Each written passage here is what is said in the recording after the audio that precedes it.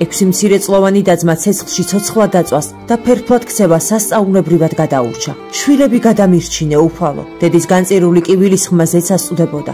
სახლი მთლიანად დაიწვა. 6 მცირეწლოვანი ბავშვი ტანსაცმლის გარეშე ღია ცის ქვეშ დარჩა. 3 წლის ტყუპები ლევანი და დავითი ვერ მიხვდნენ, რატომ წაართვა ხანძარმა მათ საყვარელი სახლი, ტანსაცმელი, სათამაშოები. წლების განმავლობაში შეჭირვებული ოჯახის მიერ წვალებით ნაგროვები ყველა ნივთი ცეცხლმა ფერფლად აქცია. ბავშვები ცეცხლში დამწვარ ტანსაცმელს გეკავენ, რომ იქნებ თბილი ჟაკეტი მაინც იბოვნონ, რომელიც ხანძარს გადაურჩა. სამწუხაროდ ვერაფერი ნახეს. ჭედრიშვილების ოჯახმა ამბნელ და ნესტიან სოროს შეაფარა თავი. ბავშვები სიცივისგან იყინებიან, შიმშილისგან კი გონებას კარგავენ. შეხედეთ ამ პატარა ანგელოს ტყუპებს. ლევანი და დავითი ჯერ სულ რაღაც 3 წლის არიან, მაგრამ მათი პატარა გული იმხელა სიკეთეს იტევს, რომ ყველა გაოგნდებით. შეხედეთ, თავადაც მშიერი ბავშვი თავისთვის ვერ იმეტებს ყურის ერთადერთ ნატეხს და საყვარელს ამიკოს აჭმევს საკუთარი ხელით. ღმერთო, რამხელა მადლია ამ პატარა ანგელოზებში. დღის ბოლოს შიმშილისგან დაუძლურებული ბავშვები ცხელ ჩაისვამენ და გაყინულ თითებს თბილ ფინჯანზე ითბობენ. ღმერთო, ეს ხომ საშინელებაა.